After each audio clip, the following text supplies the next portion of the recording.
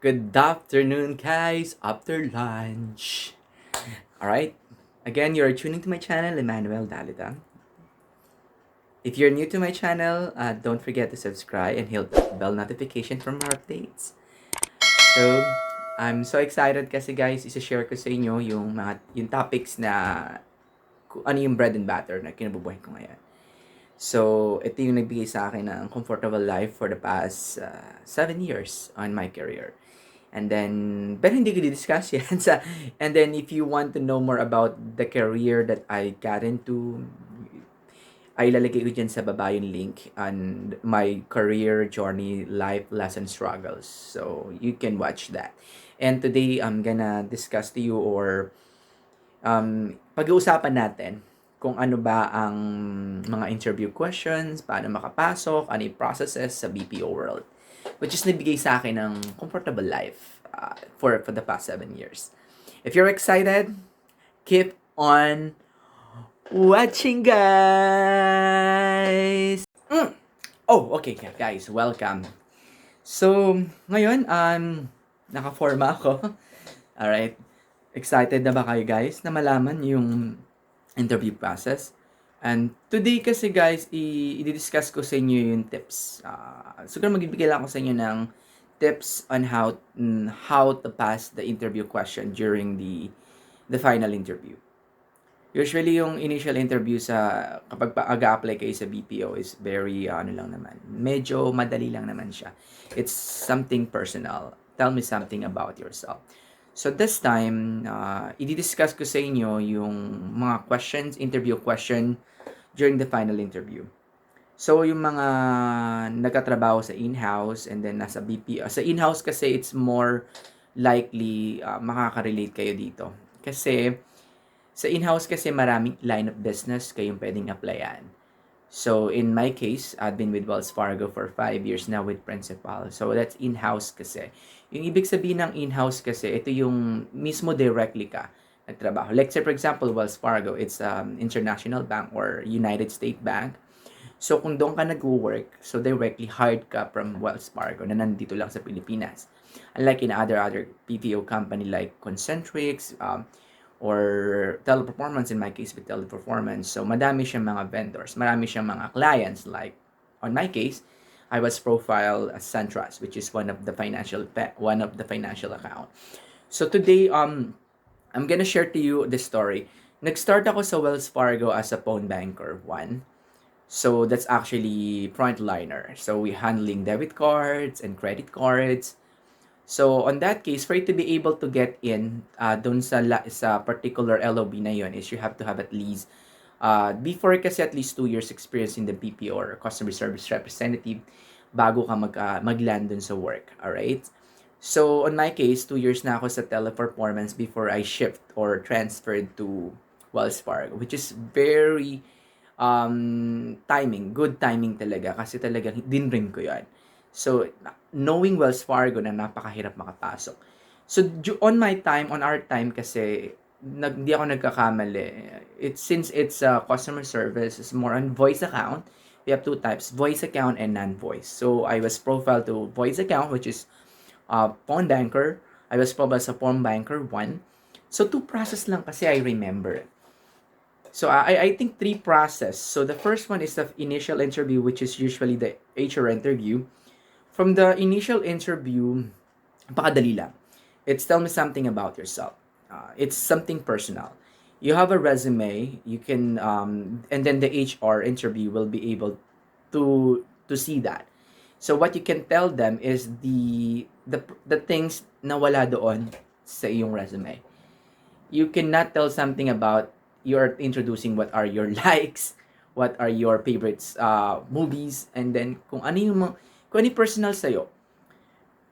Kapag sinabing tell me about something yourself, you can tell them kung ano yung kaya mo, kasi yung mga employee kasi, yung interviewer, they gauge you kung ano yung makukuha nila sa'yo. You can sell yourself. What I usually practice those time would be, I'm gonna tell them ano yung advantage ko. Ano yung kaya kong ibigay sa company. Yun na ibibigay mo. Hindi mo ipapakilala, my name is Emmanuel Dalida, I am 24 years old. They don't care about your age. In the BPO, It's no age limit. Alright? Yan na kailangan yung tandaan. Tell something about yourself na wala. Interesting sa'yo na wala dun sa resume. Alam na nila yan eh. Nasa kanila na resume, hindi na nila tatanong sa'yo yan. They already have that. Yun ang sekreto doon. So, madali makapasa sa initial interview. And then, kung ano yung work experience mo, tell mo kung ano yung ginawa mo, ano yung task mo. As much as possible, you can narrate na magbe-benefit sila. Ibigay mo yun. Yun ang ginawa ko. And then, second would be the Versant. So, before, it was 59 is the passing score of the Versant. Pero now, 2020, last year and to this year, if I'm not mistaken, 69% na. Napakahirap nun. So, sa mga nag-a-apply ng BPO na nakakaranas ng Versant, it's really hard. So, the very testimony would be the final interview.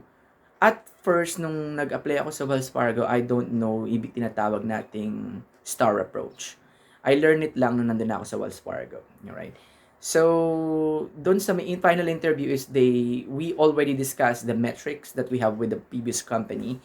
And then, yung naalala ko si Ame doon nag-interview sa akin, pinadescribe pa niya sa akin kung ano yung weaknesses ko and yung strength ko. Those are the 3 process bago ka ma-in sa Wells Fargo before. And it was different. I stayed with Wells Fargo for 5 years. Alright? Napakatagal. Alright, so I'm happy kasi in-house siya. And then, every year may tinatawag tayong annual increase. I started sa Wells Fargo, again, share ko na. I started sa Wells Fargo na ang salary ko ay, una, gusto ko lang, dream ko lang is 20,000 and above. But they offered me 24,500. That's the best that's offered. After regularization, nag-increase ako ng 2,900. So, kayo na bahala mag-add.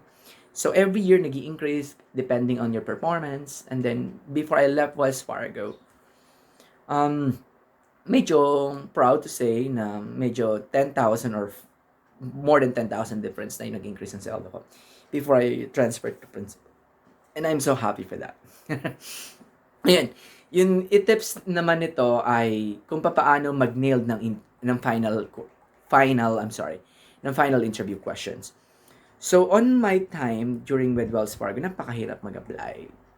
I applied several times sa different LOB. Nandun ako sa Wells Fargo. Pero yung screening process nila is same na nag-apply ka outside.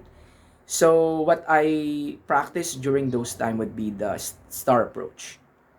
So, STAR approach would be situational, STAR approach. Time, yung T naman is task. Kung ano yung task mo. STAR approach, task, and then A is action, kung ano yung ginawa mo, and then would be the results. So, STAR approach. So, let me discuss that one by one.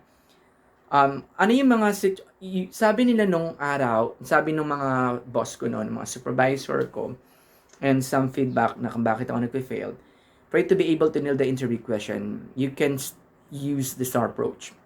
And there is a question, let's say for example, the interviewee or the supervisor, manager, hiring manager will be using situational questions.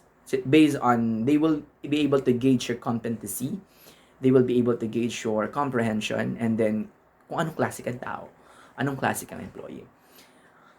Relate ko lang yung time na na-interview ako sa last before ako mag-apply o promoted as a retirement plan, from phone banking to retirement plans. It was actually a very tedious and very nerve-wracking interview because I think I have 10 interview questions, situational question, 5 personal, 5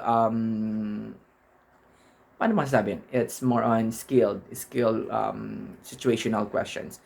So, it was, para sa clue, ito ay nag-start, tell me the time na nagkaroon ka ng conflict sa supervisor mo. How do you deal with it? So, you have to start with the STAR approach. Let's say, for example, as a phone banker, di ba ganon? As a phone banker, though we are actually, we need na gawin natin yung task natin as a phone banker to be able to follow the company policy, the guidelines, and then to avoid any kind of QR markdown. And then, kailangan gawin mo yon. So, we are human as well. And then sometimes we can make mistake and then may mga bagay na hindi kayo nagkakaunawan. Kwento mo yan. Sabi mo na kung sitwasyon. Na, for example, itinama mo ital mo, there was a time na I have a conflict with my supervisor because meron bagay na hindi ko gusto na gusto niya ipatupad sa team which is against the company policy. Tell mo, sabi mong ganyan. And then after nyan, and sa task, ano yung ginawa mo? What I did was I informed my supervisor, sabi mo muna kung tama. I-reach out mo yung supervisor mo, sinabihan mo siya na ganito, ganito, bla bla bla. Ganyan sabihin mo. Alright? And then after nyan, ano yung action? Ano yung ginawa mo? And then, ito yung task. Ito yung gagawin mo bilang isang employee. Sasabihin mo talaga, i-reach out mo siya. Ano yung action mo? Kung wala pa rin ginawa yung boss mo, same pa rin yung results, ano yung gagawin mo? You have to make an action. You have to reach out your manager. Mas boss sa kanya. So, after that, ang resulta nyon ay magkakaroon kayo ng hearing together with that. So, hindi naman ibig sabihin na gumawa ka ng bagay na nagsumbong ay hindi na okay. Kasi gusto mo lang naman itama kung ano yung mistake. At the end of the day, bigyan mo pa rin siya ng magandang results. Alright? So, usually, mga common questions na tinatanong is, what are the big changes that happens in the company or in the LOB that you embrace wholeheartedly? Yan ang mga tanong. So, magbigay ka na sa situation. On my case, bigay ko lang. Kasi I've been with Wells Fargo for 5 years. So, it was happened this year na nalipat ako sa company last year, September. I was transferred and promoted as a RSR. And then after awards, so we heard that the LOB itself na magmo-move out. So, binili na siya ng company principal. So, it's a big change. So, we will change company. It happened last June 2021. Sabihin mo na this can have a change about the change of the employment. Because the LOB itself will be sold by the different company or insurance company. Sabihin mo na, yun nangyari, big change na yun. Ang task doon ay kailangan nyo lumipat, kailangan nyo mag-ayos ng requirements. Napakahirap. Diba? Ako, ganun na ginawa ko. And then, ano yung naging action mo? So, you have to accept the change, you have to follow it because I know everything happened for a reason. So, for the good result, you have a new company and then everything will be carry over. Yung years of service ko na carry over. Good thing yon. Retirement ko na carry over. Good thing yun. And then, nakakuha ko ng pera. Ganun lang natin titingnan. So, yan ang mga interview question. And then, magbibigay sa mga tips sa final interview, huwag kang magbibigay ng mga bad mouth doon sa previous LOB mo. O kung galing ka sa ibang company, huwag kang magbibigay ng bad mouth sa mga previous boss mo. Always, magbigay ka ng good points. Huwag pangit. Always good. Kasi yung mga employee, yung mga interviewer, ano yun tinetest ka nila ng klase ka employee. Kung puro ka reklamo, hindi ka nila tatanggapin. Kahit gaano ka pakagaling. Hindi naman kailangan, napansin ko lang, sa ilang mga manager and supervisor, hindi naman nila hinahanap pinaka-best sa communication. What they are looking for is someone na may dignify, na kaya niyang mag-provide ng quality doon sa team or sa, yung hindi siya panira, yung hindi siya absent, of course, they were looking for that. So, iba kasi, napansin ko lang nung nagsisimula ako sa mga BPO, mga third-party BPO, they're looking for good communication skills. Pero, pag nandun na sa loob, kung sino pa yung magagaling, sila pa yung mga absent, mga late, daming problema. So, napansin ko bago na ngayon millennial.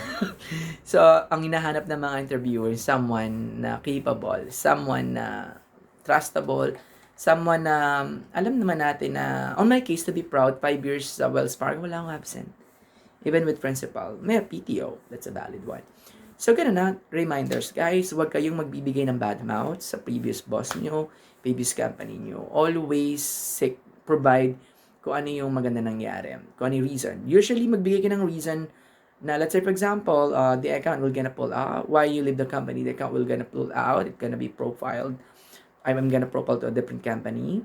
And then, pag tinanong kayo kung bakit kayo aalis, binigyan kayo ng offer, and you will be floating for a couple of months ng walang assurance, yun. And then, you are looking for something new.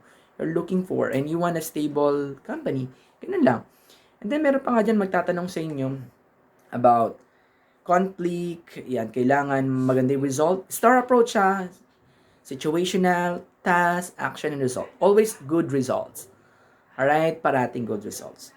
Okay? Guys, mahaba na to and then ang dami kong gusto sabihin pero mag-comment lang kayo kung ano gusto nyo i-discuss para next time mapag-aralan natin at ma-discuss natin.